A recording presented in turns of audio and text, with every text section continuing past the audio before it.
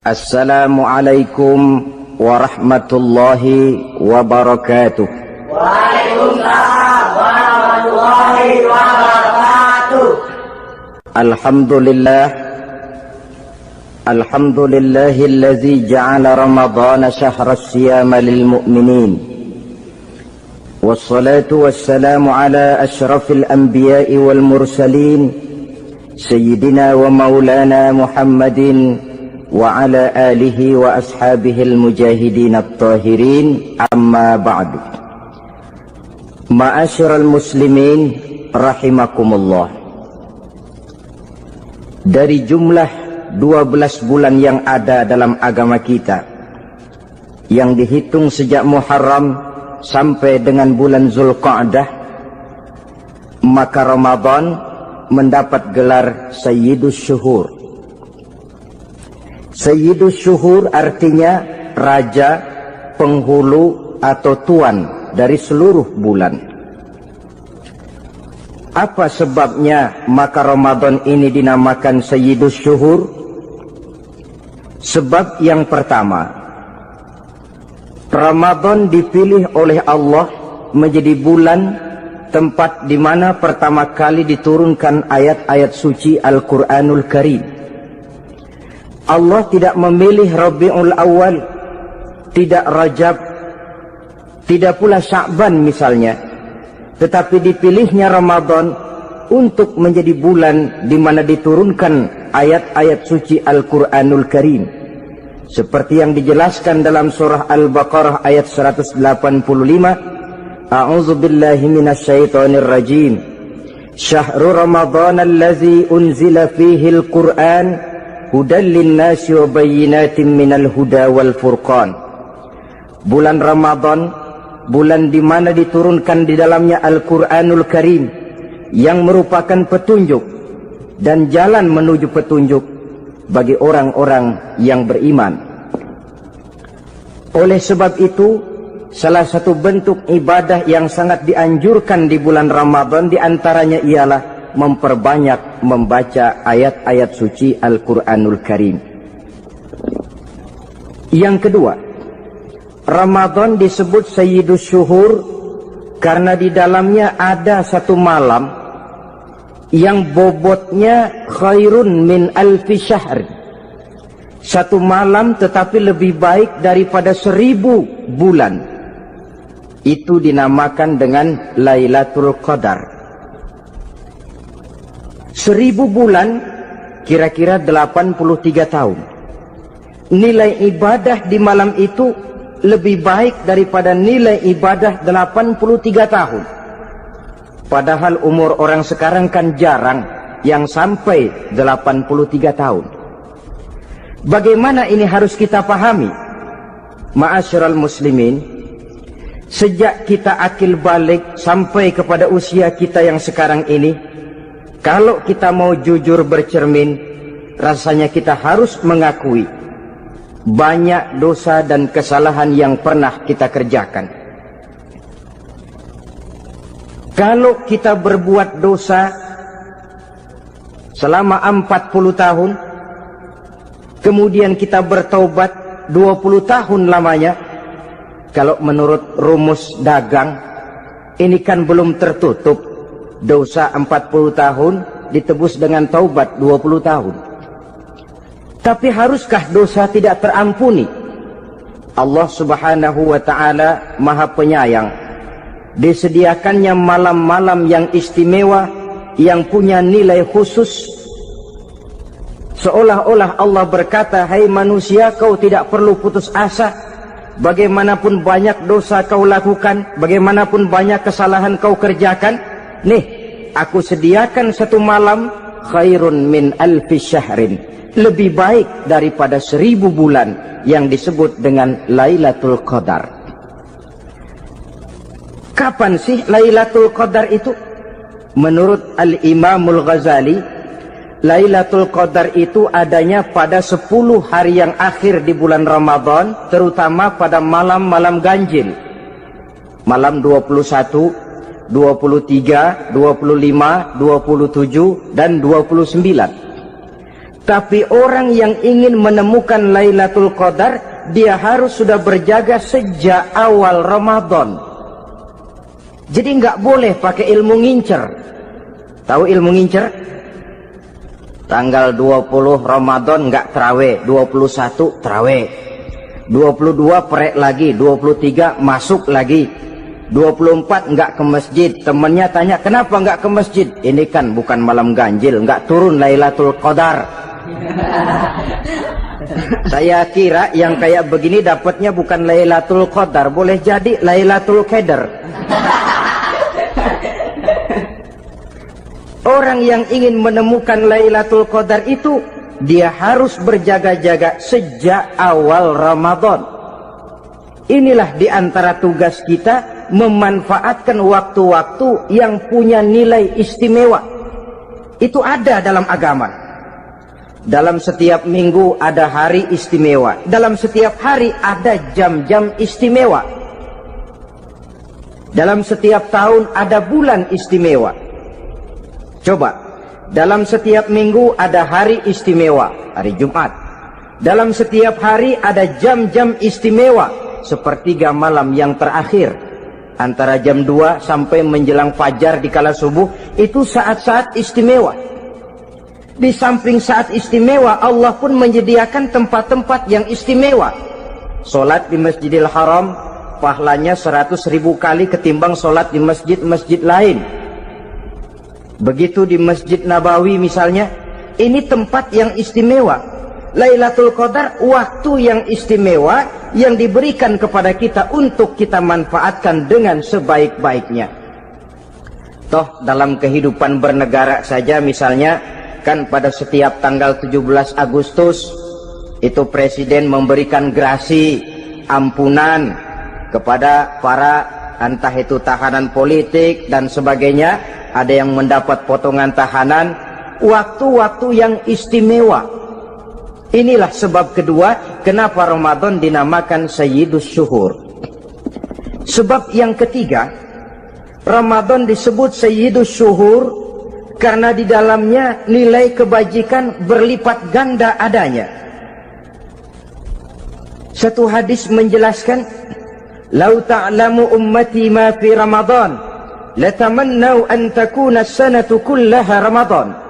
Andai kata umatku tahu keistimewaan apa yang ada di dalam bulan suci Ramadan, niscaya mereka ingin agar sepanjang tahun isinya Ramadan saja. Apa sebabnya? Li'annal hasanata fihi mujtami'atun. Di dalam bulan Ramadan itu berkumpul segala macam kebajikan. Wa ta'atu maqbulatun. Segala perbuatan taat diterima oleh Allah. Wa da'awati mustajabatun. Segala macam doa dan permohonan dikabulkan oleh Allah. Wa dzunuba maghfuratun. Dan segala macam dosa diampuni oleh Allah Subhanahu wa ta'ala. Berlipat gandanya nilai kebajikan yang kita kerjakan di bulan suci Ramadan. Itu sebabnya seorang muslim dalam menyambut bulan suci Ramadan penuh dengan sikap kegembiraan. Kata baginda Nabi, "Man fariha bidukhuli Ramadan, haramallahu jasadahu 'alan niran." Siapa orang yang gembira dengan datangnya bulan suci Ramadan, Allah haramkan badannya dari api neraka. Gembira menyambut Ramadan artinya bagaimana? Apa Ramadan datang terus bakar petasan? Bukan. Pukul beduk? Bukan. Apa gunanya pukul beduk kalau nggak puasa? Apa gunanya bakar mercon kalau tidak melaksanakan ibadah di bulan suci Ramadan? Gembira menyambut datangnya Ramadan dalam arti mempersiapkan diri untuk melaksanakan ibadah dengan sebaik-baiknya di bulan suci Ramadan ini. Ma'asyiral muslimin rahimakumullah. Yang terakhir, kenapa Ramadan disebut Sayyidus Syuhur? Karena di dalam bulan suci Ramadan ada perintah melaksanakan ibadah puasa. Apa istimewanya ibadah puasa? Pertama, yang dipanggil untuk melaksanakan puasa itu iman. Ini panggilan istimewa.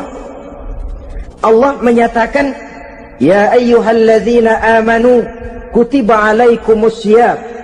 Hai orang-orang yang beriman, diwajibkan atas kamu berpuasa.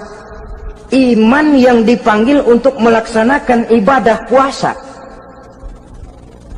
Contoh, satu hari di depan rumah kita lewat tukang pepaya, tukang duku, tukang duren. Kita panggil satu tukang pepaya, "Bang, pepaya, berhenti dulu sebentar." Kira-kira yang merasa tukang pepaya berhenti enggak? Berhenti. Ini tukang duku sama tukang duren berhenti enggak? Tidak. Tentu tidak berhenti karena tidak dipanggil. Ini Ramadan yang dipanggil orang-orang beriman. Hai orang-orang yang beriman, berhenti dulu sebentar. Berhenti apa? Berhenti makan di waktu siang, berhenti minum di waktu siang. Yang merasa beriman berhenti, yang tidak beriman langsung. Biar Ramadan siang-siang makan jalan terus, ngerokok ngelepus terus. Kenapa? Tidak beriman, tidak merasa terpanggil oleh ayat tadi. Sekarang tukang pepaya lewat di depan rumah, kita panggil, "Bang, pepaya, berhenti dulu." Dia dengar tapi nggak mau berhenti. Apa kita bilang? "Gang pepaya budak." Dipanggil nggak mau berhenti. Ini ada orang ngaku beriman kepada Allah, Ramadan dipanggil disuruh berhenti makan siang, nggak berhenti juga. Mukmin budak. Disuruh berhenti minum di waktu siang, nggak berhenti juga. Mukmin budak. Ini istimewanya puasa. Panggilan difokuskan kepada iman. Hai orang-orang yang beriman. Allah tidak bilang hai orang-orang yang sudah masuk Islam. Tidak. Ya ayyuhallazina aslamu. Tidak. Ya ayyuhallazina amanu yang dipanggil. Hai orang-orang yang beriman. Nilai nurani yang paling dalam itu yang dipanggil melaksanakan ibadah puasa. Lalu orang beriman yang bagaimana yang wajib puasa? Pertama, dia sudah balik. Yang kedua, berakal sehat. Yang ketiga, dia mampu berpuasa. Orang beriman macam ini balik, berakal sehat, mampu melaksanakan puasa. Kalau cukup syarat ini, dia wajib puasa. Kurang syarat, tidak wajib puasa. Jadi kalau di bulan Ramadan ada teman kita tidak puasa, jangan heran barangkali syaratnya kurang. Cukup dalam hati saja, ini orang kurang syarat, makanya nggak puasa. Pak, itu teman saya kok nggak puasa? Nggak puasa, nggak puasa. Dia bukan orang beriman kali ah. Orang yang tidak beriman itu tidak wajib puasa. Beriman kok Pak? Iman, tapi nggak puasa, nggak puasa. Belum balik kali ah. Belum balik, cuma badan doang gede. Bongsor kali itu. Belum balik. Sudah kok Pak, sudah balik, sudah. Tapi nggak puasa, enggak. Gila kali dia ah. Gila kali, sebab orang yang tidak berakal itu tidak wajib puasa. Waras Pak, dia tidak gila, tidak. Barangkali dia tidak mampu melaksanakan puasa karena terkena uzur syar'i. Ini keistimewaan puasa yang pertama yang dipanggil melaksanakannya iman. Keistimewaan yang kedua, oleh karena yang dipanggil iman, maka puasa dinamakan ibadah sirriyah. Ibadah rahasia. Kalau kita sembahyang, orang lihat kan? Lihat enggak? Lihat. Kita bayar zakat, orang tahu. Kita pergi haji, apalagi pergi haji, sekampung nganterin. Tapi kita puasa atau tidak puasa, yang tahu kan cuma kita dan Allah saja. Pura-pura sedekah, nggak bisa. Pura-pura sholat, ketahuan. Gerakannya mesti canggung. Pura-pura pergi haji, kemana perginya? Tapi pura-pura puasa, gampang. Namanya ibadah sirriyah. Bulan puasa jam 8 pagi makan. Keluar rumah bibir lap yang kering. Jalan lemesin dikit. Ada angin belaga miring. Temennya tanya, lo lemas amat, gue lagi puasa nih. Orang lain bisa dibohongi. Sebab puasa memang merupakan ibadah sirriyah yang tahu cuma kita dan Allah saja. Karena dia ibadah rahasia, puasa ini sulit terkena penyakit riya. Ibadah yang lain karena kelihatan orang, gampang kena penyakit riya, to show only. Sholat karena kelihatan orang, gampang kena penyakit riya. Karena saya jadi imam, misalnya di belakang saya lihat ada mertua, wah saya bikinlah sembahyang saya mantap-mantap, pakai serban, pakai siwak, bahasanya saya paseh-pasehin kayak orang 16 tahun di Mekah. Wah, usolli warwal maghribi salasa raka'atin Allahu Akbar. Surahnya saya cari yang panjang-panjang, paling pendek sabbihis sama wadduha. Akibat apa itu? Riya, di belakang ada calon mertua. Tapi kalau sholat sendirian dalam kamar, boro-boro pakai serban dan siwak, kadang-kadang kaos kutang saja cukup. Surahnya jangan sabbih sampai wadduha, langganannya inna a'toinakal kautsar sama qul huwallahu ahad. Karena sholat terlihat orang, mudah kena penyakit riya. Sedekah pun begitu. Mulanya niatnya cuma mau sedekah 5.000, karena ada orang yang disedekahani naik 10.000, yang 5.000 sudah karena orang. Jadi ibadah yang lain itu mudah terkena riya, tapi juga mudah dinilai orang. Kita bisa saja bilang, itu orang sholatnya khusyuk ya. Kenapa? Kelihatan dari gerakannya. Itu orang hajinya mabrur ya. Kenapa? Kelihatan dari tingkah lakunya setelah pulang haji. Itu orang sedekahnya berani ya. Kenapa? Ketahuan dari jumlahnya. Ibadah yang lain bisa dinilai, tapi puasa nggak bisa dinilai.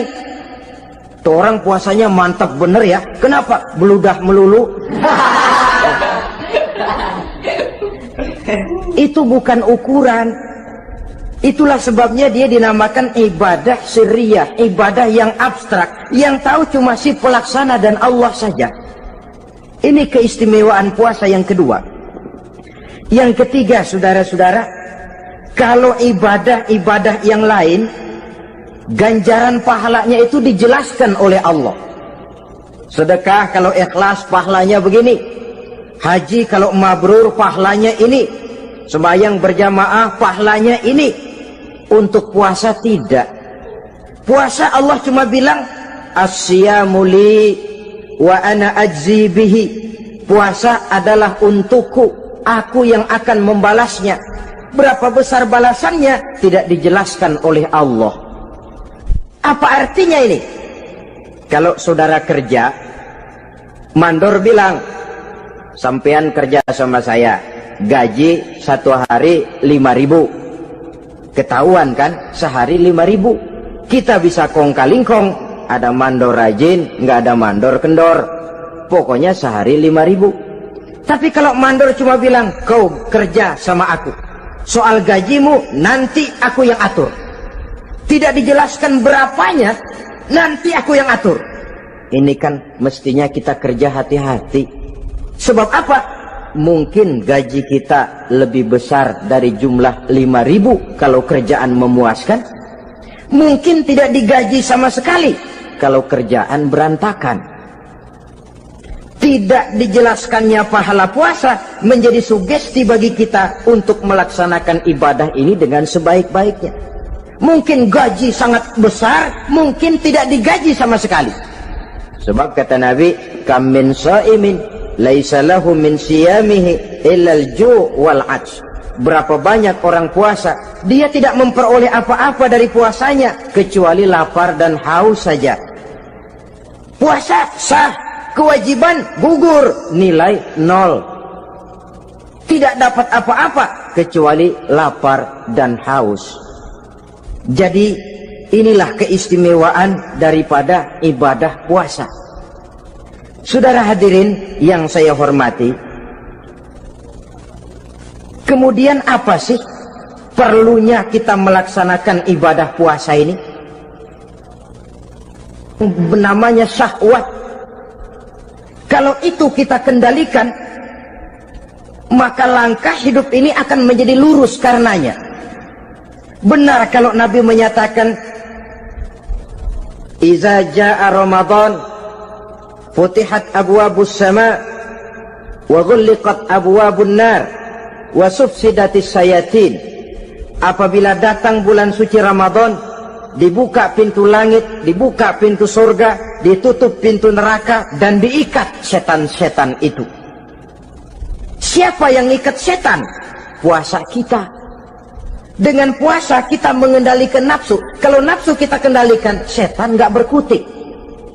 Jadi yang mengendalikan nafsu itu nilai puasa. Nafsu terkendali, setan terikat. Kalau puasa, kalau nggak puasa, setannya ngebludak. Jadi jangan digambarkan, wah kalau bulan puasa setan dirantai. Rantainya kayak apa? Yang rantai siapa? Arti setan diikat di sini ialah nafsu dikendalikan. Dengan apa? Mengatur makan dan minum. Puasa kan sebenarnya logikanya mengatur perpindahan waktu makan dan minum saja. Apabila perut besar ini teratur demikian rupa, syahwat tidak menggelegak, dia terkendali. Dengan hidup pandai mengendalikan nafsu, iblis tidak berdaya dan tidak berkutik. Ma'asyiral muslimin rahimakumullah, Nabi bersabda, "La yu'minu ahadukum hatta takuna hawahu taba'an lima ji'tu bih." Belum sempurna iman kamu kalau nafsumu belum ikut apa yang aku bawa. Yang dibawa Nabi tidak lain daripada syariat, termasuk di dalamnya pelaksanaan ibadah puasa. Karena itu saya pesan kepada seluruhnya, jangan kalau puasa kayak orang ngancem. Siang bisa mengendalikan nafsu, tapi begitu maghrib berbunyi, nafsu sudah tidak terkendalikan lagi. Itu namanya puasa orang ngancem. Kayaknya biarin siang gua tahan, ntar lo maghrib. Begitu maghrib berbunyi, sudah macam bendungan pecah. Semua isi meja pindah ke perut. Akhirnya kalau siang dia setengah mati kelaparan, habis buka setengah mati kekenyangan. Dua-duanya jelek. Kalau sudah kekenyangan, yang enak kan ngukur balik. Tidur. Maghrib liwat, isya out, trawek boten. Temennya nyamper ke masjid yuk terawih duluan deh, gua kenyang bener nih. Kenyang. Berbuka itu yang bagus pakai etik ya, etika buka itu. Maghrib berbunyi, cukup seteguk air, 3 butir korma atau sepotong kue. Sholat maghrib. Selesai sholat maghrib, masuk ronde kedua. Waktunya agak panjang, makan ala qadarnya. Selesai makan, berangkat ke masjid, isya, tarawih. Pulang tarawih, masuk ronde ketiga. Waktunya panjang, mau habis-habisan juga nggak apa-apa. Tapi kalau begitu maghrib berbunyi langsung dipukul 1 ronde, kita yang rubuh. Kekenyangan. Waktu siang dia sanggup mengendalikan nafsu, tapi begitu maghrib berbunyi, nafsu sudah tidak terkendali lagi. Asar pengaruh puasa tidak akan membekas dalam jiwanya.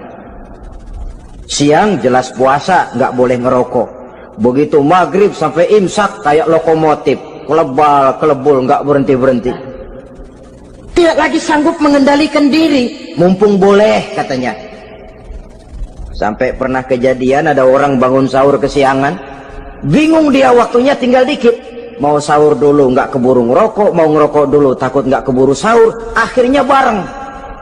Sebelah nyuap nasi, sebelah ngerokok. Itu macam mana rasanya kalau sudah kayak begitu? Padahal pengaruh daripada melaksanakan puasa akan terlihat dari sejauh mana seseorang dalam hidup mampu mengendalikan nafsu. Bukan pada waktu memang dilarang, tapi pada waktu diizinkan. Di situ yang paling kelihatan. Kalau waktu siang saudara mampu mengendalikan nafsu, itu jelas saja memang seharusnya wong puasa. Malam dalam keadaan makan boleh, minum boleh, masih mampu mengendalikan nafsu, dalam arti makan dan minum pada batas yang wajar saja, itulah yang dikehendaki dari melaksanakan ibadah puasa. Sehingga ibadah itu membekas dan ikut membentuk kepribadian orang. Sekali lagi, jangan cuma waktu siang saja bisa mengendalikan nafsu. Di waktu malam pun dalam kondisi yang memang dihalalkan, kita juga hendaknya mampu mengendalikan nafsu. Jadi inilah perlunya puasa yang pertama, supaya kita bisa mengendalikan nafsu. Yang kedua, puasa itu melatih kita hidup sederhana.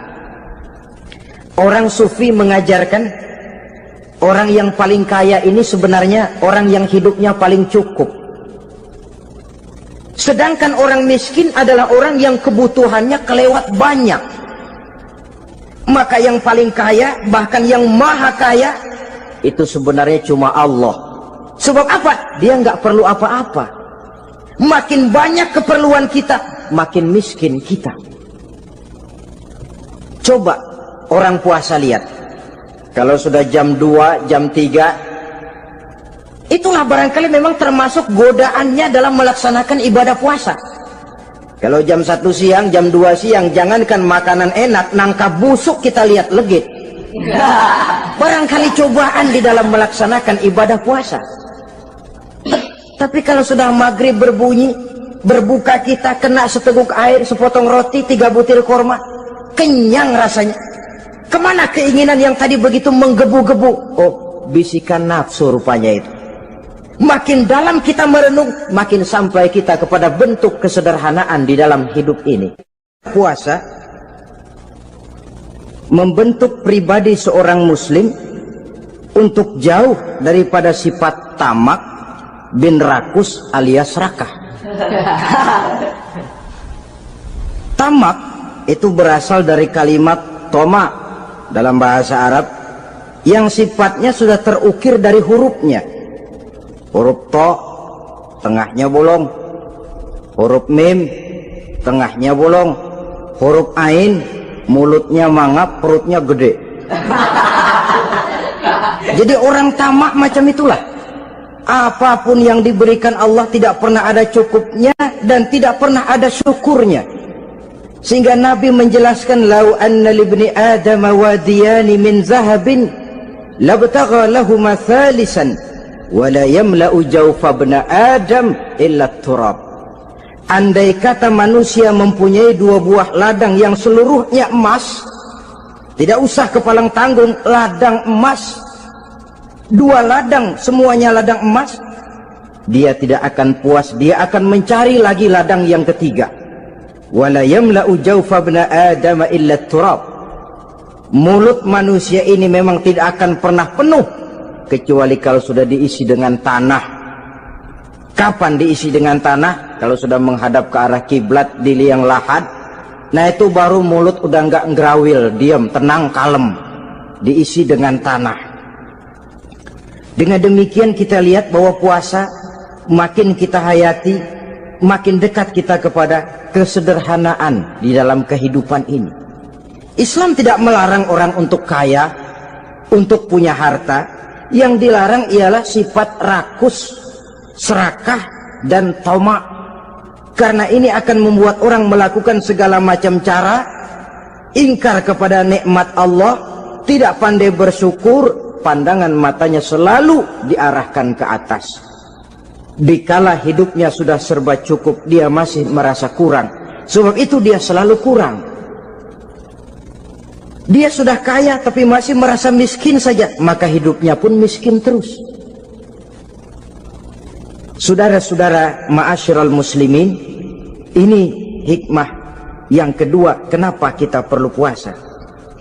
Yang ketiga, puasa itu melatih kita cinta kepada fakir miskin, orang-orang yang tidak mampu, yang memerlukan pertolongan. Bagaimana caranya?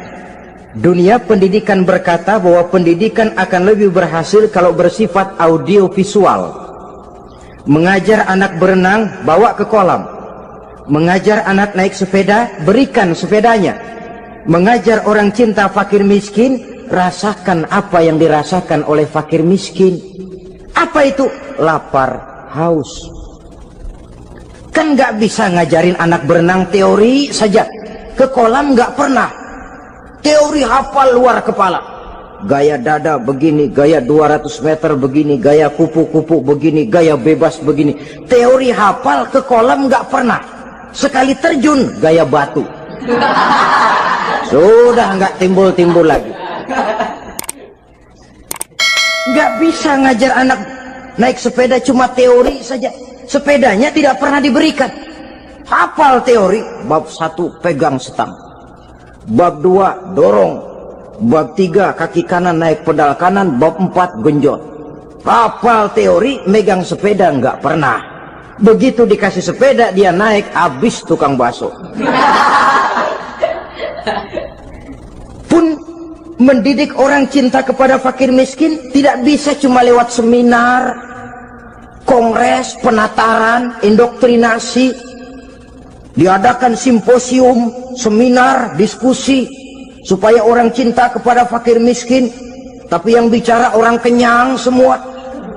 Bagaimana hati ini mau peka? Islam itu nggak usah banyak teori lah. Rasakan saja lapar, haus, enak nggak? Kalau kau tahu lapar dan haus tidak enak, kau lapar haus cuma sebentar. Habis maghrib, laparmu hilang, hausmu hilang. Bagaimana saudara-saudaramu muslimin yang terkapar di kolong-kolong jembatan? Yatim piatu yang hidup terlunta-lunta. Perempuan-perempuan tua hidup miskin, anak pun banyak perlu uluran tangan. Lapangan kerja sulit, persaingan hidup makin tajam. Meringkuk mereka di sudut-sudut kehidupan. Beratap langit, beralas bumi, tanpa tahu kapan hidup dan nasibnya akan berubah. Di situ pekalah hati untuk hidup tidak cuma buat kepentingan diri dan perut sendiri saja, tapi mampu memberikan pertolongan sesuai dengan kemampuan kepada mereka yang memang memerlukan. Sebuah hadis menyatakan, irhamu ahlal ardi yarhamkum man fis sama. Sayangilah apa yang ada di permukaan bumi, nanti yang di langit akan sayang kepadamu. Si kaya sayang kepada yang miskin lalu menolongnya. Yang alim sayang kepada yang awam lalu membimbingnya. Yang pemimpin sayang kepada rakyat lalu melindunginya. Yang di langit akan sayang kepada kita, akan turun rahmah berlimpah, akan tercipta keberkahan dan ketenangan dalam hidup. Tapi kalau sebaliknya, yang kaya malah nyantap yang miskin, yang pemimpin malah menggilas yang rakyat, yang alim malah membodoh-bodohi orang yang memang sudah bodoh, akan terwujudlah malapetaka. Bukan rahmah yang turun dari langit, tapi azab akan menimpa kita semua. Orang yang menghayati lapar, menghayati haus, akan timbul kepekaan sosial. Hidup tidak cuma untuk diri sendiri saja, tapi mampu melihat lingkungannya. Yang keempat, kita perlu puasa untuk menumbuhkan sifat jujur dan disiplin. Coba lihat, kalau tengah hari bulan puasa, andai kata saudara masuk ke dalam kamar seorang diri, saudara kunci dari luar, lalu saudara makan, tidak seorang pun tahu. Tapi kenapa itu tidak kita lakukan? Ada semacam perasaan malu. Malu kepada Allah. Iya, orang lain tidak tahu. Iya, manusia bisa saya bohongi, tapi Allah. Atau umpamanya waktu sholat zuhur, saudara sholat zuhur di masjid, umpama ketika ngambil air wudhu, giliran ke kemur, saudara korupsi dikit aja, telan. Yang Nabi sumu tasihhu, berpuasalah kamu, badanmu akan sehat. Sebab apa? Saya katakan tadi, semua energi dihasilkan dari perut besar sini.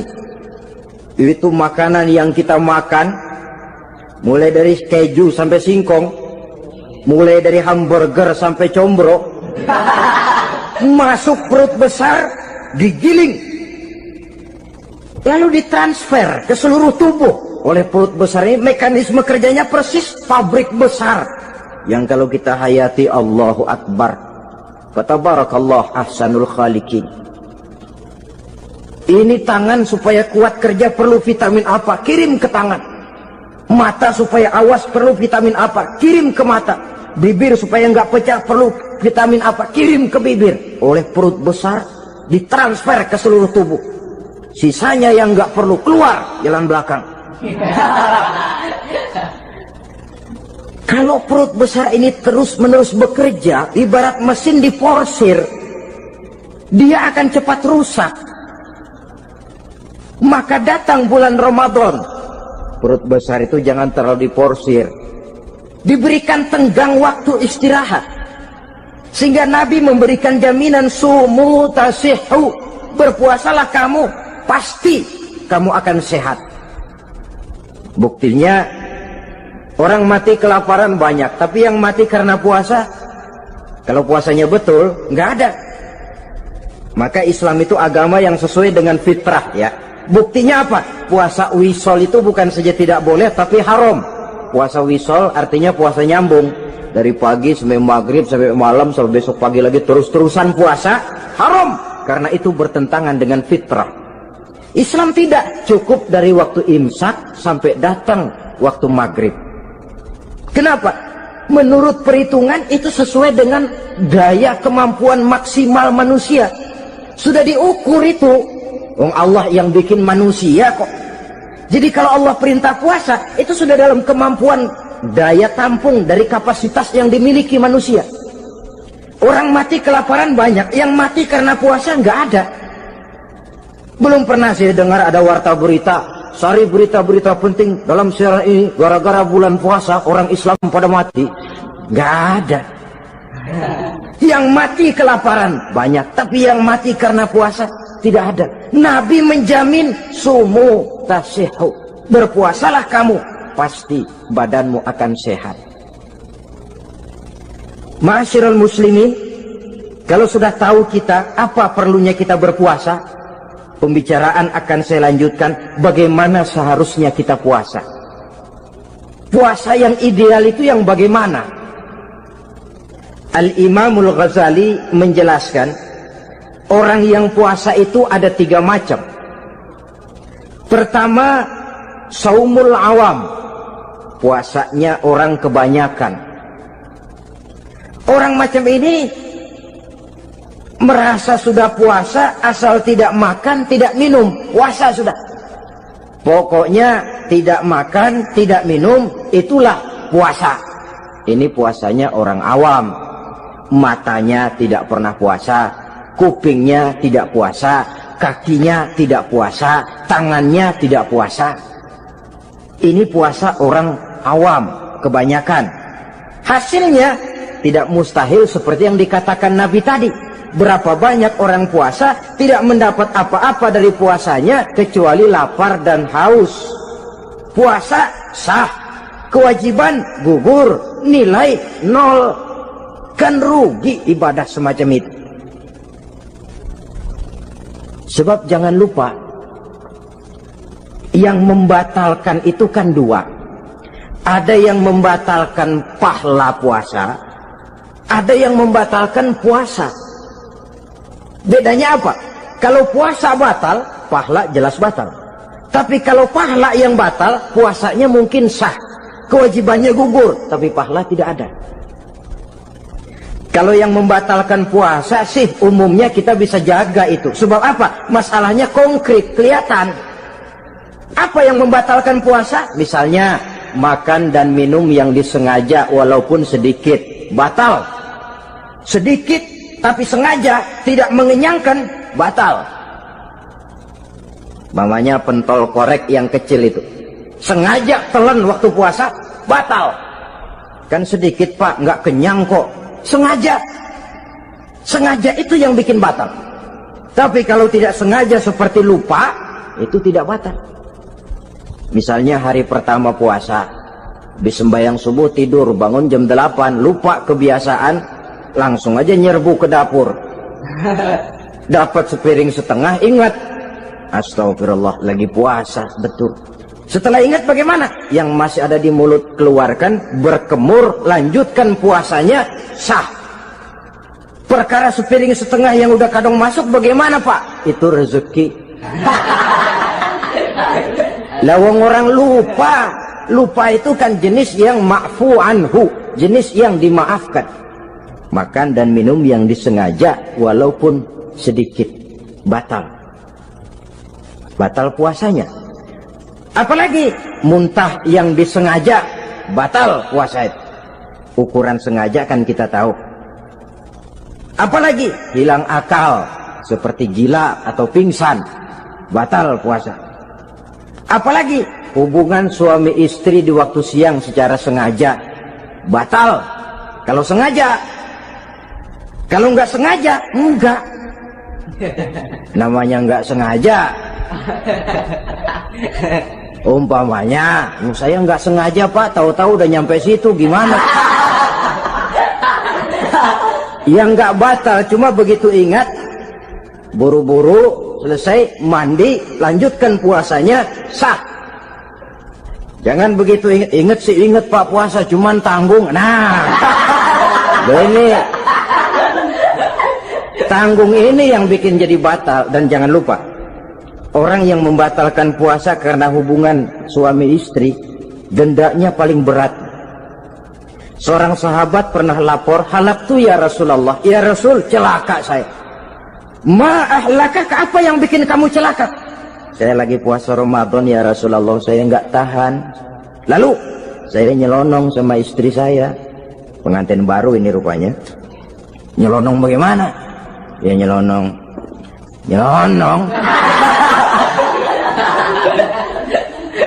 Melanggar dia, tapi jujur, lapor.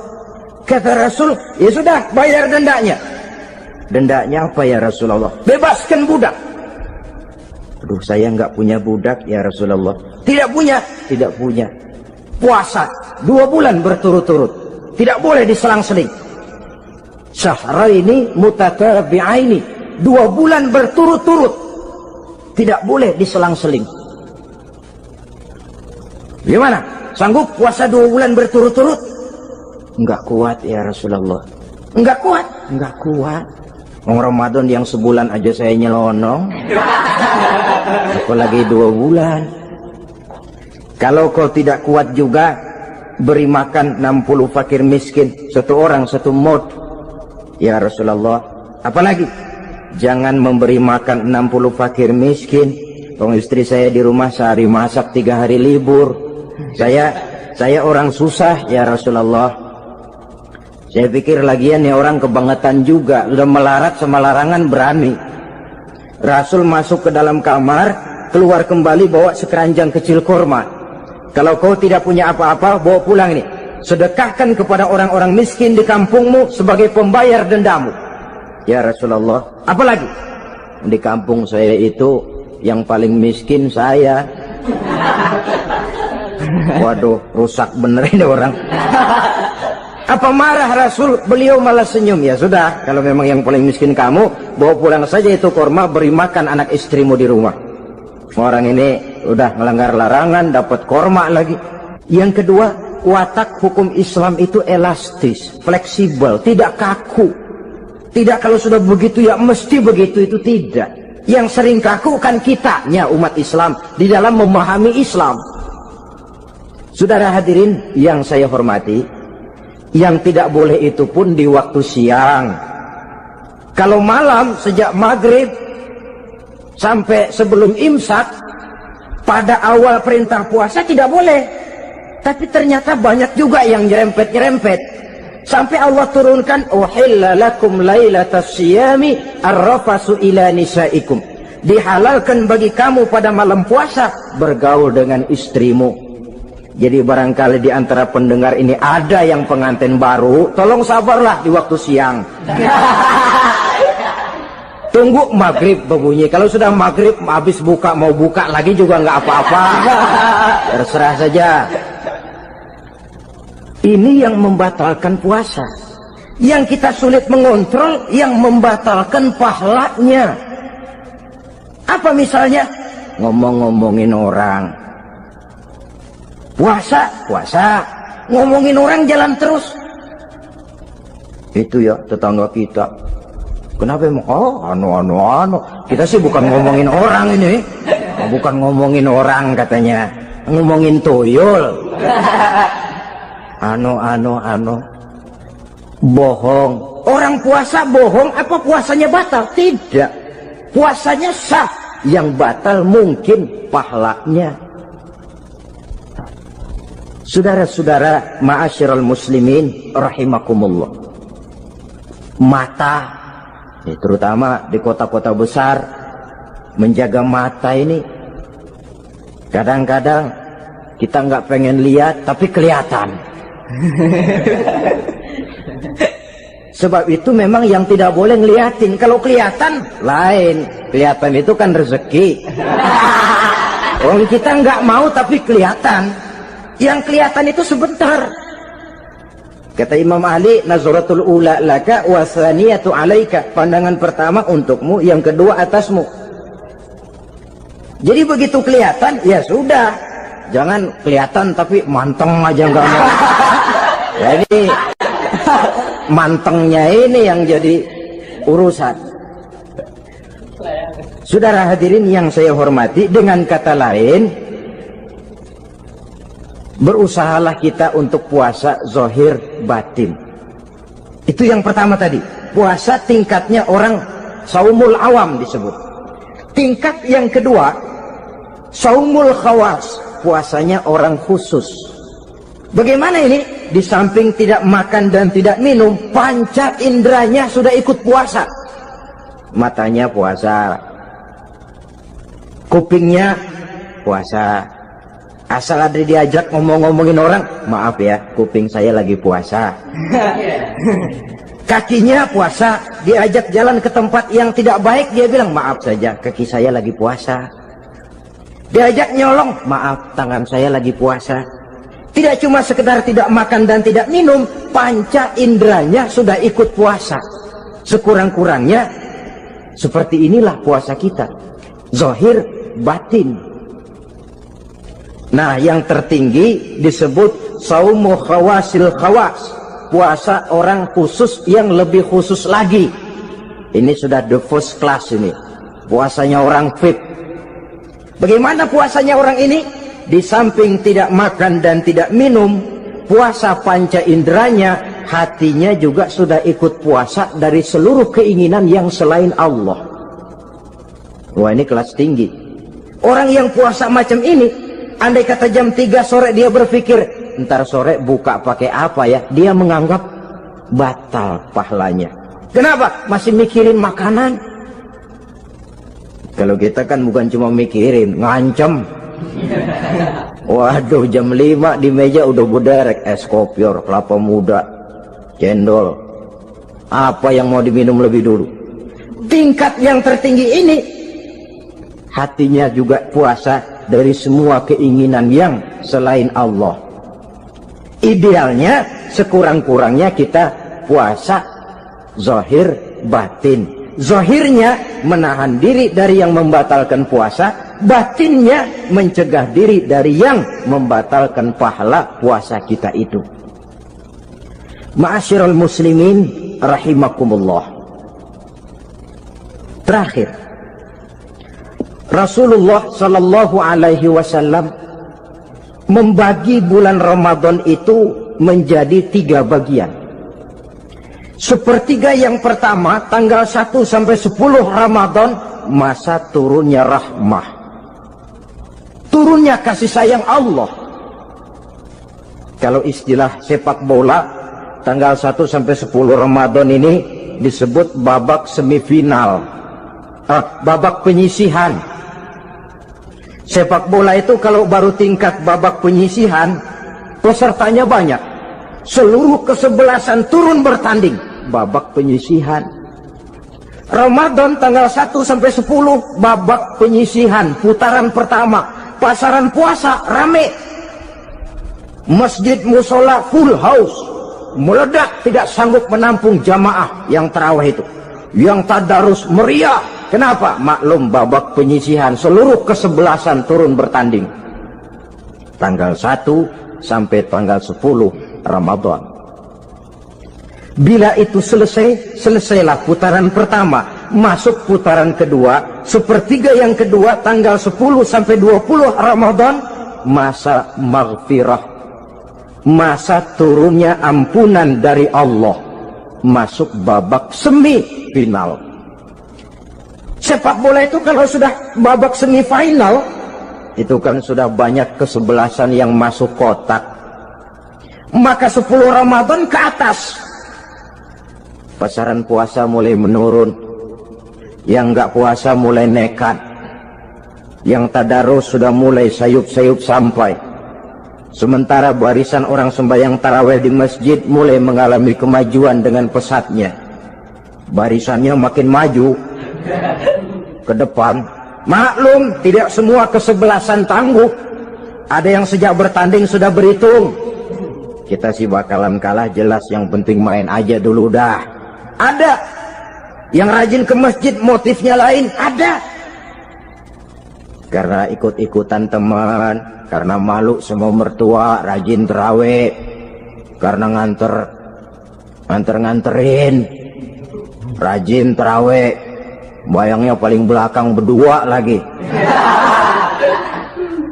Malah ngeledek begitu imam waladolin, dia di belakang nyaut asik.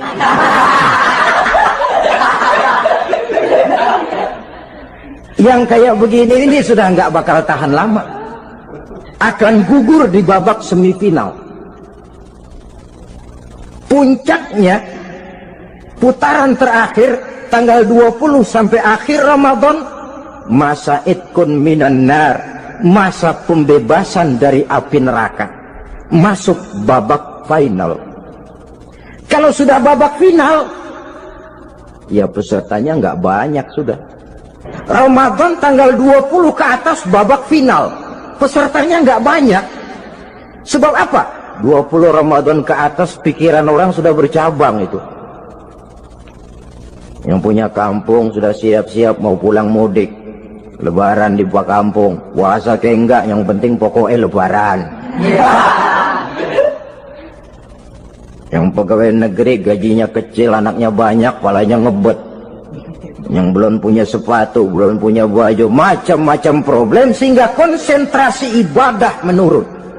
Padahal Nabi sangat menganjurkan tingkatkan ibadah, la siyama fi ashril awakhir, lebih-lebih pada hari 10 yang akhir, tanggal 20 sampai akhir Ramadan. Di situ dianjurkan memperbanyak ibadah, i'tikaf, tarawih, tadarus Quran, bersedekah, amalan-amalan sunnah yang sangat dianjurkan di bulan suci Ramadan ini. Nah, mereka yang keluar sebagai finalis Ramadan, Allah Subhanahu wa ta'ala berkenan memberikan piagam penghargaan. Di atas piagam itu tertulis dengan nyata, ghufira lahu ma taqaddama min zambihi.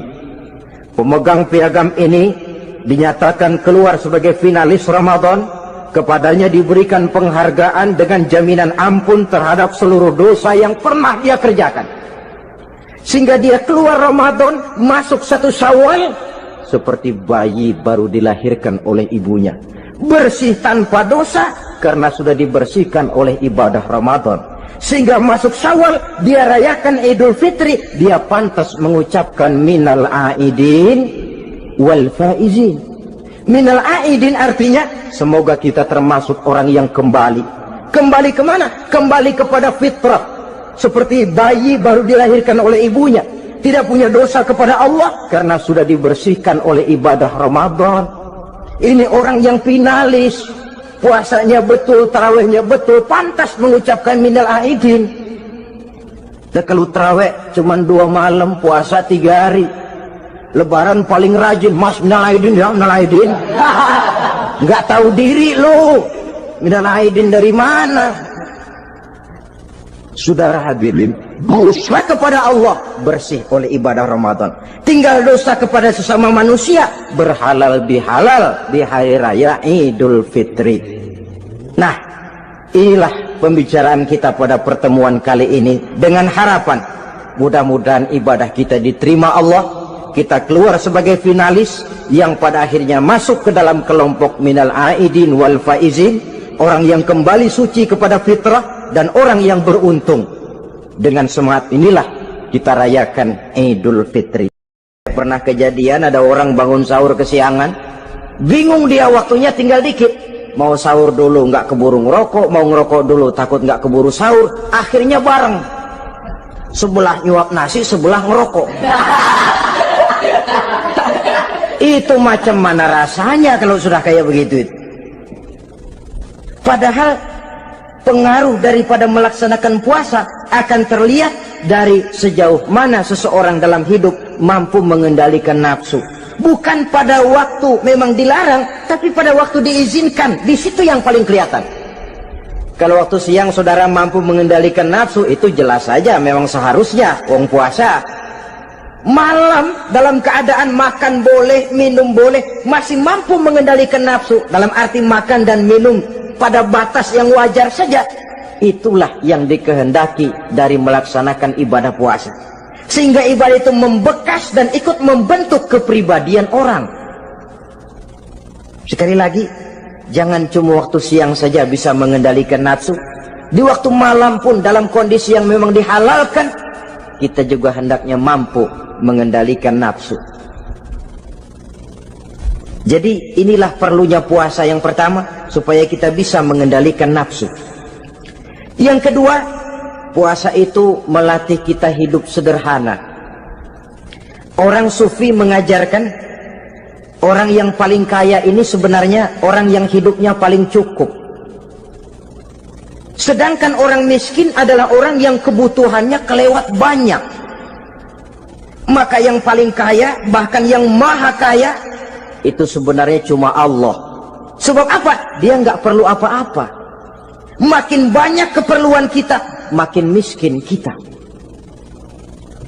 Coba orang puasa lihat, kalau sudah jam 2, jam 3, itulah barangkali memang termasuk godaannya dalam melaksanakan ibadah puasa. Kalau jam 1 siang, jam 2 siang, jangankan makanan enak, nangka busuk kita lihat legit. Barangkali cobaan di dalam melaksanakan ibadah puasa. Tapi kalau sudah maghrib berbunyi, berbuka kita kena seteguk air, sepotong roti, 3 butir korma, kenyang rasanya. Kemana keinginan yang tadi begitu menggebu-gebu? Oh, bisikan nafsu rupanya itu. Makin dalam kita merenung, makin sampai kita kepada bentuk kesederhanaan di dalam hidup ini. Puasa membentuk pribadi seorang muslim untuk jauh daripada sifat tamak bin rakus alias rakah. Tamak itu berasal dari kalimat toma dalam bahasa Arab yang sifatnya sudah terukir dari hurufnya. Huruf to, tengahnya bolong. Huruf mim, tengahnya bolong. Huruf ain, mulutnya mangap, perutnya gede. Jadi orang tamak macam itulah. Apapun yang diberikan Allah tidak pernah ada cukupnya dan tidak pernah ada syukurnya. Sehingga Nabi menjelaskan, lau anna libni adam wadiyani min zahabin labtagha lahuma thalisan wala yamla'u jawfa ibna adam illa turab. Andai kata manusia mempunyai 2 buah ladang yang seluruhnya emas, tidak usah kepalang tanggung, ladang emas, 2 ladang semuanya ladang emas, dia tidak akan puas, dia akan mencari lagi ladang yang ketiga. Wala yamla'u jawfa ibna adam illa turab. Mulut manusia ini memang tidak akan pernah penuh kecuali kalau sudah diisi dengan tanah. Kapan diisi dengan tanah? Kalau sudah menghadap ke arah kiblat di liang lahat, nah itu baru mulut udah nggak ngerawil, diam, tenang, kalem, diisi dengan tanah. Dengan demikian kita lihat bahwa puasa makin kita hayati, makin dekat kita kepada kesederhanaan di dalam kehidupan ini.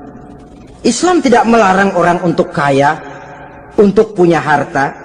Yang dilarang ialah sifat rakus, serakah, dan tamak. Karena ini akan membuat orang melakukan segala macam cara ingkar kepada nikmat Allah, tidak pandai bersyukur, pandangan matanya selalu diarahkan ke atas. Dikala hidupnya sudah serba cukup, dia masih merasa kurang. Sebab itu dia selalu kurang. Dia sudah kaya tapi masih merasa miskin saja, maka hidupnya pun miskin terus. Saudara-saudara ma'asyiral muslimin, ini hikmah yang kedua kenapa kita perlu puasa. Yang ketiga, puasa itu melatih kita cinta kepada fakir miskin, orang-orang yang tidak mampu, yang memerlukan pertolongan. Bagaimana caranya? Dunia pendidikan berkata bahwa pendidikan akan lebih berhasil kalau bersifat audiovisual. Mengajar anak berenang, bawa ke kolam. Mengajar anak naik sepeda, berikan sepedanya. Mengajar orang cinta fakir miskin, rasakan apa yang dirasakan oleh fakir miskin. Apa itu? Lapar, haus. Kan nggak bisa ngajarin anak berenang teori saja. Ke kolam nggak pernah. Teori hafal luar kepala. Gaya dada begini, gaya 200 meter begini, gaya kupu-kupu begini, gaya bebas begini. Teori hafal, ke kolam nggak pernah. Sekali terjun, gaya batu. Sudah nggak timbul-timbul lagi. Nggak bisa ngajar anak naik sepeda cuma teori saja. Sepedanya tidak pernah diberikan. Hafal teori, bab 1 pegang setang, bab 2 dorong, bab 3 kaki kanan naik pedal kanan, bab 4 genjot. Hafal teori, megang sepeda nggak pernah. Begitu dikasih sepeda dia naik, habis tukang bakso. Pun mendidik orang cinta kepada fakir miskin tidak bisa cuma lewat seminar, kongres, penataran, indoktrinasi. Diadakan simposium, seminar, diskusi supaya orang cinta kepada fakir miskin, tapi yang bicara orang kenyang semua. Bagaimana hati ini mau peka? Islam itu nggak usah banyak teori lah. Rasakan saja lapar, haus, enak nggak? Kalau kau tahu lapar dan haus tidak enak, kau lapar haus cuma sebentar. Habis maghrib, laparmu hilang, hausmu hilang. Bagaimana saudara-saudaramu muslimin yang terkapar di kolong-kolong jembatan? Yatim piatu yang hidup terlunta-lunta, perempuan-perempuan tua hidup miskin, anak pun banyak perlu uluran tangan. Lapangan kerja sulit, persaingan hidup makin tajam, meringkuk mereka di sudut-sudut kehidupan. Beratap langit, beralas bumi, tanpa tahu kapan hidup dan nasibnya akan berubah. Di situ pekaklah hati untuk hidup tidak cuma buat kepentingan diri dan perut sendiri saja, tapi mampu memberikan pertolongan sesuai dengan kemampuan kepada mereka yang memang memerlukan. Sebuah hadis menyatakan, irhamu ahlal ardi yarhamkum man fis sama. Sayangilah apa yang ada di permukaan bumi, nanti yang di langit akan sayang kepadamu. Si kaya sayang kepada yang miskin lalu menolongnya, yang alim sayang kepada yang awam lalu membimbingnya, yang pemimpin sayang kepada rakyat lalu melindunginya. Yang di langit akan sayang kepada kita, akan turun rahmah berlimpah, akan tercipta keberkahan dan ketenangan dalam hidup. Tapi kalau sebaliknya, yang kaya malah nyantap yang miskin, yang pemimpin malah menggilas yang rakyat, yang alim malah membodoh-bodohi orang yang memang sudah bodoh, akan terwujudlah malapetaka. Bukan rahmah yang turun dari langit, tapi azab akan menimpa kita semua. Orang yang menghayati lapar, menghayati haus, akan timbul kepekaan sosial. Hidup tidak cuma untuk diri sendiri saja, tapi mampu melihat lingkungannya. Yang keempat, kita perlu puasa untuk menumbuhkan sifat jujur dan disiplin. Coba lihat, kalau tengah hari bulan puasa, andai kata saudara masuk ke dalam kamar seorang diri, saudara kunci dari luar, lalu saudara makan, tidak seorang pun tahu. Tapi kenapa itu tidak kita lakukan? Ada semacam perasaan malu. Malu kepada Allah. Iya, orang lain tidak tahu, Iya, manusia bisa saya bohongi, tapi Allah. Atau umpamanya waktu sholat zuhur, saudara sholat zuhur di masjid, umpama ketika ngambil air wudhu, giliran ke kemur, saudara korupsi dikit aja, telan. Yang Nabi sumu tasihhu, berpuasalah kamu, badanmu akan sehat. Sebab apa? Saya katakan tadi, semua energi dihasilkan dari perut besar sini. Itu makanan yang kita makan, mulai dari keju sampai singkong, mulai dari hamburger sampai combro, masuk perut besar, digiling, lalu ditransfer ke seluruh tubuh oleh perut besar ini. Mekanisme kerjanya persis pabrik besar yang kalau kita hayati, Allahu Akbar, fatabarakallah ahsanul khaliqin. Ini tangan supaya kuat kerja perlu vitamin apa, kirim ke tangan. Mata supaya awas perlu vitamin apa, kirim ke mata. Bibir supaya nggak pecah perlu vitamin apa, kirim ke bibir. Oleh perut besar ditransfer ke seluruh tubuh. Sisanya yang nggak perlu keluar jalan belakang. Kalau perut besar ini terus-menerus bekerja, ibarat mesin diporsir, dia akan cepat rusak. Maka datang bulan Ramadan, perut besar itu jangan terlalu diporsir, diberikan tenggang waktu istirahat. Sehingga Nabi memberikan jaminan sumu tasihhu, berpuasalah kamu, pasti kamu akan sehat. Buktinya orang mati kelaparan banyak, tapi yang mati karena puasa, kalau puasanya betul, nggak ada. Maka Islam itu agama yang sesuai dengan fitrah, ya. Buktinya apa? Puasa wisol itu bukan saja tidak boleh, tapi haram. Puasa wisol artinya puasa nyambung, dari pagi sampai maghrib sampai malam sampai besok pagi lagi terus-terusan puasa, haram, karena itu bertentangan dengan fitrah. Islam tidak, cukup dari waktu imsak sampai datang waktu maghrib. Kenapa? Menurut perhitungan itu sesuai dengan daya kemampuan maksimal manusia. Sudah diukur itu. Allah yang bikin manusia kok. Jadi kalau Allah perintah puasa, itu sudah dalam kemampuan daya tampung dari kapasitas yang dimiliki manusia. Orang mati kelaparan banyak, yang mati karena puasa nggak ada. Belum pernah saya dengar ada warta berita, sari berita-berita penting dalam siaran ini, gara-gara bulan puasa orang Islam pada mati. Nggak ada.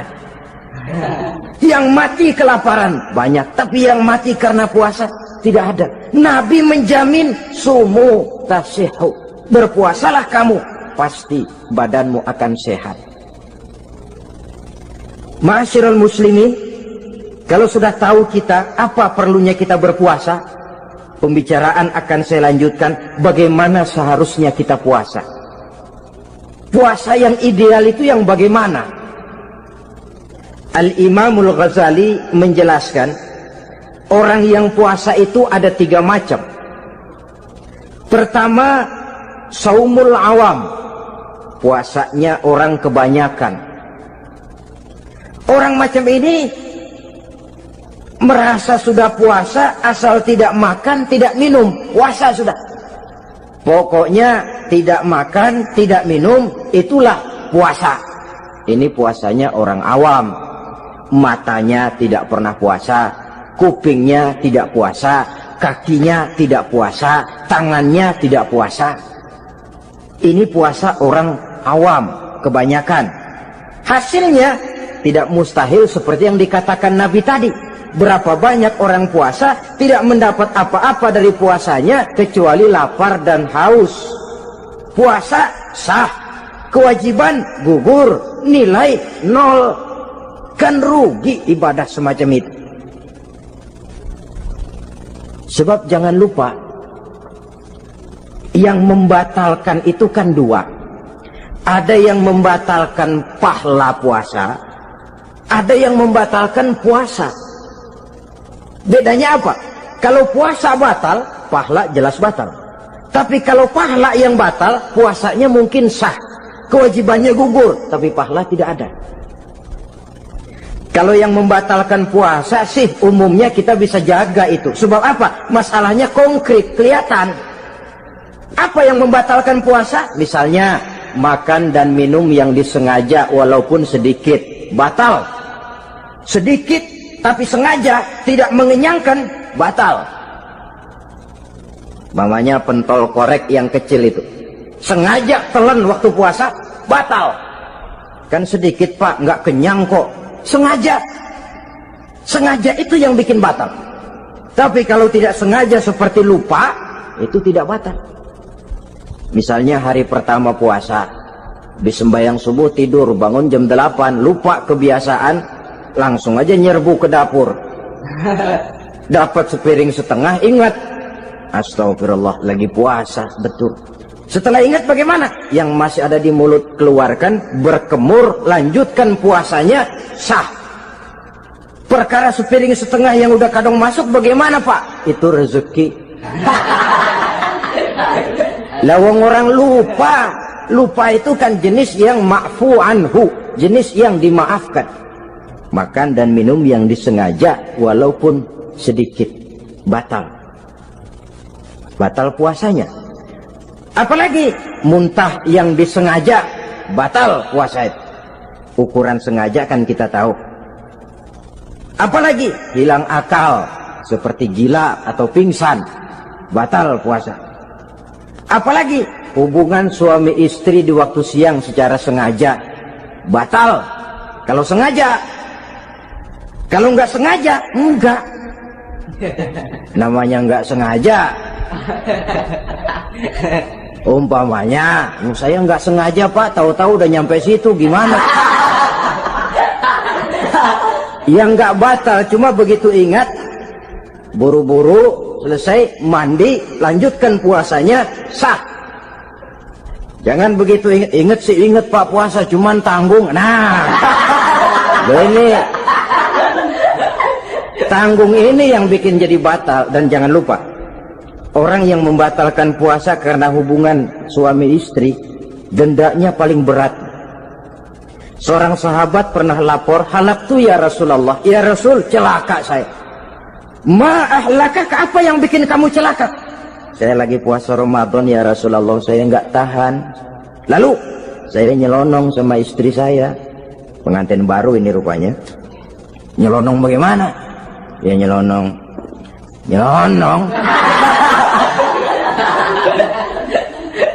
Melanggar dia, tapi jujur, lapor. Kata Rasul, ya sudah, bayar dendanya. Dendanya apa ya Rasulullah? Bebaskan budak. Aduh, saya nggak punya budak ya Rasulullah.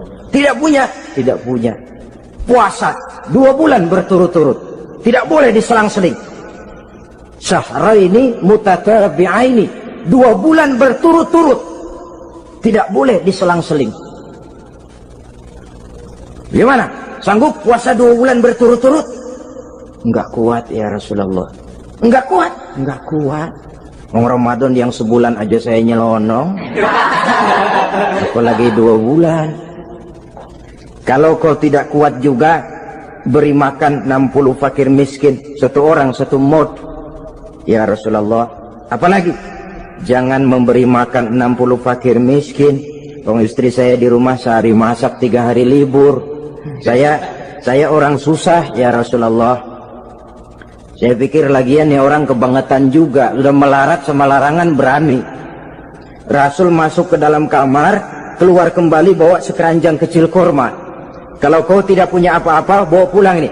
Sedekahkan kepada orang-orang miskin di kampungmu sebagai pembayar dendamu. Ya Rasulullah, apalagi? Di kampung saya itu yang paling miskin saya. Waduh, rusak bener ini orang.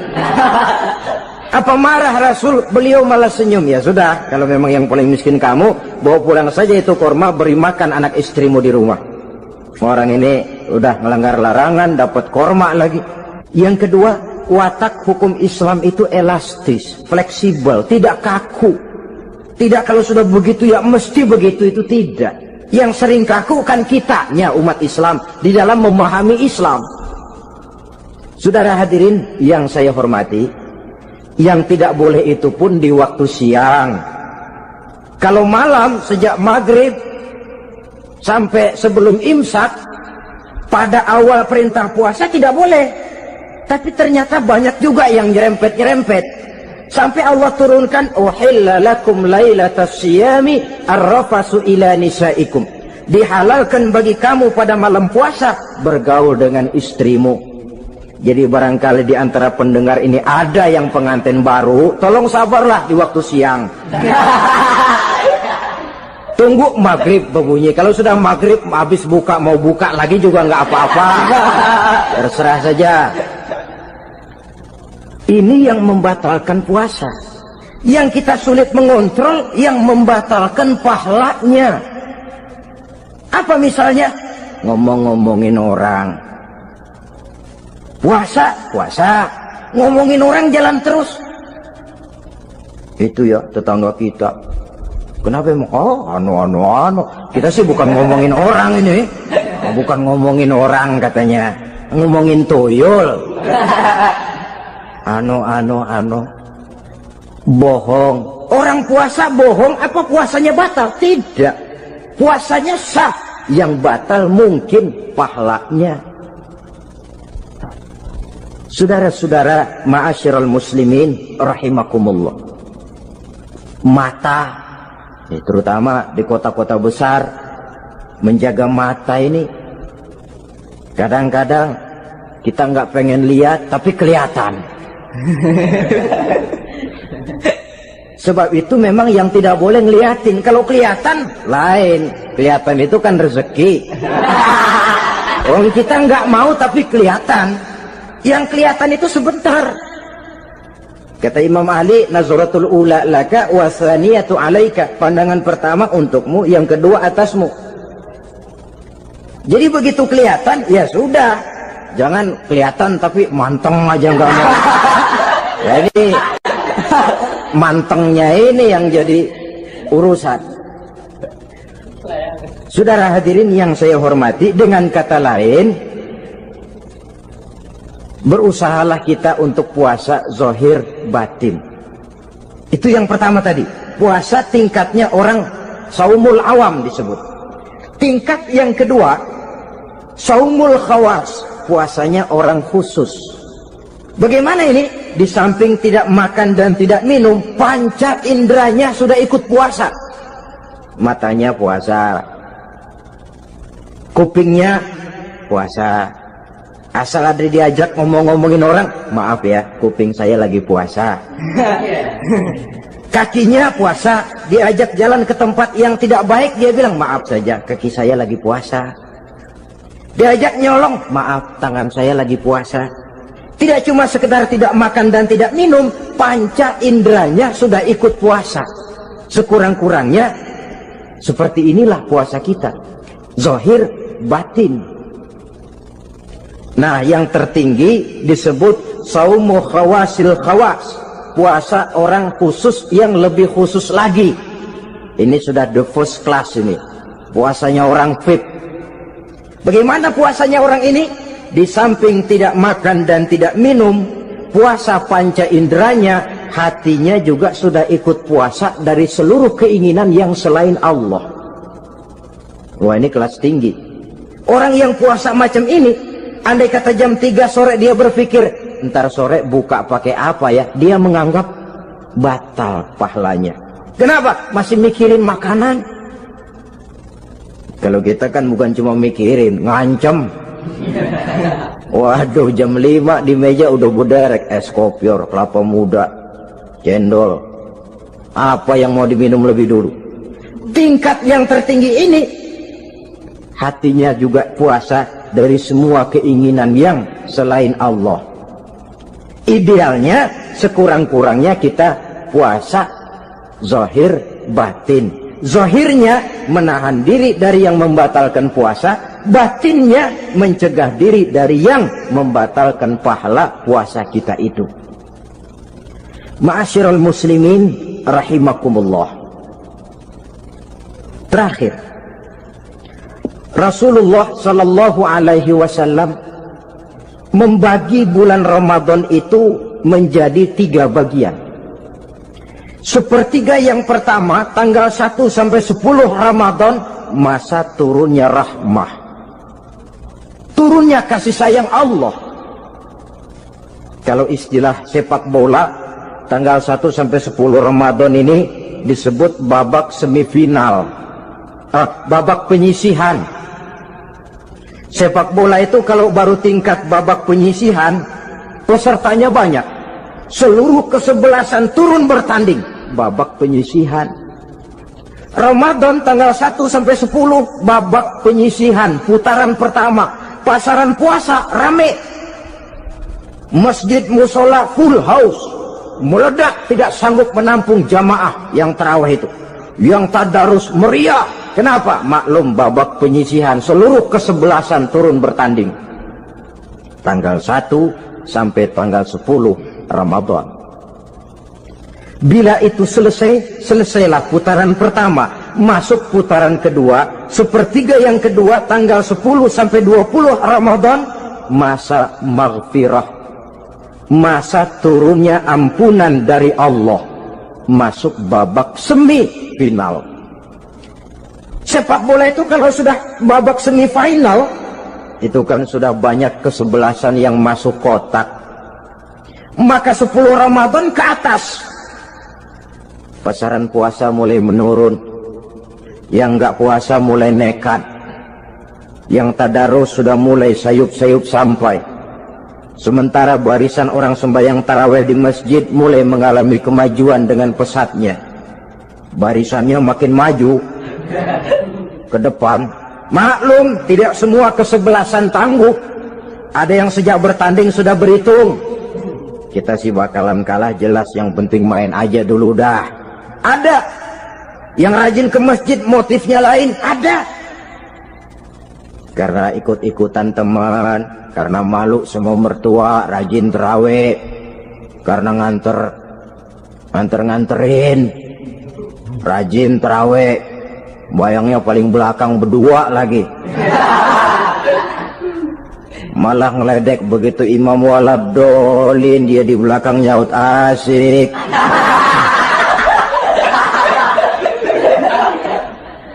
Yang kayak begini ini sudah nggak bakal tahan lama, akan gugur di babak semifinal.